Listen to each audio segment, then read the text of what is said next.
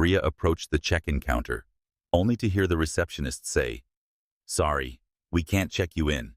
It's our policy." Her heart stopped. She walked away, but came back. When he saw her again, his face went pale. The consequences of his refusal were about to hit him harder than he ever imagined. But let's start from the beginning. The evening in Atlanta was warm, the air thick with the promise of summer. Maria Thompson, in her late 30s, walked with purposeful steps toward the Hilton downtown. She was a woman who knew what she wanted, confident, composed, and always in control. A long day of meetings had finally come to an end, and she was looking forward to the comfort of her luxurious suite. She had earned it.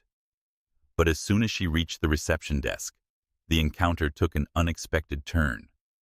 Greg Miller, the hotel administrator, a man in his mid-40s with a thin, forced smile and a comb-over that was starting to betray him, glanced up. His gaze met hers for a brief moment before flicking back to the screen of his computer. He didn't smile, and his eyes narrowed, a subtle hint of judgment in them. "I'm afraid I can't check you in," Greg said, his voice cool and detached. He didn't even look at her as he typed on the keyboard, his tone bordering on dismissive. Maria blinked, stunned. "What do you mean?" "I have a reservation," she replied, her voice steady, but with a thread of confusion. Greg paused, his fingers hovering over the keys. Then he muttered, without looking at her, "We don't accept your kind. It's policy." The words hit Maria like a punch to the stomach. She froze for a moment, not quite understanding what she had just heard. The implication was clear, and the sting of discrimination pierced her. Her breath caught, and her body tensed. This was not a misunderstanding. He had meant it. Maria's voice grew cold, sharp. "Excuse me? Did you just say what I think you said?" Her eyes locked onto his, demanding an answer. Greg didn't meet her gaze. He casually pushed aside the reservation documents, his fingers shifting through papers like he was avoiding her question. Maria stood her ground, the humiliation rising within her like a tide, but she refused to let it show. She wasn't going to make a scene. Not here, not now. She turned on her heel and walked away, but she wasn't leaving this behind. She would make sure of that. Maria wasn't one to back down when faced with injustice. The sting of Greg's words still echoed in her mind, but it wasn't just the insult that fueled her. It was the principle. No one should have to endure such blatant discrimination, especially in a place meant to offer comfort and service. She had spent too many years fighting for what was right to let this go unnoticed. Without hesitation, she called her lawyer, a sharp, no-nonsense professional who had seen it all. Together, they devised a strategy, knowing that this was no small matter. Greg's casual dismissal of her was just the beginning of a much larger story. Maria understood that it wasn't just about her. It was about making sure that no one else had to face what she had endured. She filed a formal complaint, then contacted a few trusted media contacts, people who would make sure her story was heard. Maria didn't want just an apology. She wanted accountability. She wasn't going to let this incident fade into the background. With her lawyer by her side, she was prepared to make waves. The following day, Maria returned to the Hilton, but this time, she was no longer alone. Her lawyer stood firm beside her, a silent but powerful support. And as she walked into the lobby, the quiet hum of the hotel seemed to shift. Maria's gaze immediately found Greg at the reception desk, and the unease in his posture told her everything she needed to know. He was already aware something was different today. But it wasn't just the lawyer's presence that had changed the atmosphere. Maria had also arranged for local reporters to be there, cameras rolling, ready to capture every word and every action.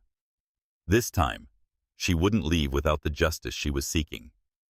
The hotel's ugly truth was about to be laid bare, and Maria was determined to make sure the public saw exactly what had happened behind closed doors. Greg had no idea that the small, seemingly insignificant moment from the night before had now escalated into something much larger. Maria was prepared to make him, and the hotel, pay for their actions. This wasn't just about her anymore. It was about exposing the truth. Maria walked into the lobby with purpose, her posture sharp and unwavering. Her eyes, however, burned with a quiet fury that was impossible to ignore. She had done her homework, prepared for this moment, and there was no turning back now. As soon as Greg saw her, his face drained of color. The sudden recognition was immediate, and he shifted uncomfortably behind the desk. His gaze darted around nervously, scanning the room, but his unease was evident. He had no idea that the woman standing before him now had come not for a simple apology, but to ensure his downfall. Before Greg could utter a word, Maria's lawyer stepped forward with a stack of documents in hand, each one detailing the events of the previous day. The lawyer's calm demeanor contrasted sharply with the tension in the air, but it was enough to make Greg's throat tighten. He had been hoping this would just blow over, but it was too late. Then, the reporter appeared, camera crew in tow, microphone poised. "Greg Miller?" the reporter asked, her voice clear and professional, yet carrying an undeniable weight. "Can you explain why you refused service to Ms. Thompson based on her race?" The question hit like a thunderclap, and Greg's face turned an even deeper shade of red. He stammered, his words fumbling in his mouth, his eyes flitting back and forth between the lawyer, the reporter, and Maria. His heart raced in panic, but his mind was too clouded to form a coherent response. This was not the scenario he had envisioned when he dismissed her the night before. Maria didn't flinch. She stood her ground, her voice low but filled with cold resolve. "I think you owe me, and the public, an explanation," she said, her words sharp and deliberate. The room around them had gone still, the guests at the front desk now watching the unfolding scene in stunned silence. The once familiar sounds of hotel chatter faded as every eye turned to Greg, waiting for him to justify the unjustifiable. Flustered, Greg tried to speak, but his words came out in disjointed stumbles. He attempted to defend his actions, but his excuses only sounded weaker and more hollow with each passing second. The truth was simple, and it was now exposed for everyone to see. His prejudice was as undeniable as the color of her skin. His attempts to justify himself only deepened the hole he had dug for himself, and as the weight of the situation settled in, the hotel's reputation began to crack under the pressure of Maria's unyielding, calm fury. The following week, the media exploded with coverage of the incident. Greg Miller was swiftly fired, his name tarnished. The Hilton chain, forced to address the situation publicly, issued an apology, but it did little to fix the damage done. Maria, however, found herself vindicated. She had fought for what was right, and though the process had been difficult, she felt a deep sense of justice. Her lawyer assured her that this victory would be a symbol for many, especially women of color, who faced similar discrimination. When Maria walked into a new hotel that evening, a different Hilton, a welcoming one, she was greeted with smiles and respect. It wasn't just a check-in, it was a triumph over the unfairness she'd endured. But it wasn't about the luxury of a hotel room. It was about standing up, fighting back, and showing that no matter how unfair the world may seem, justice would prevail.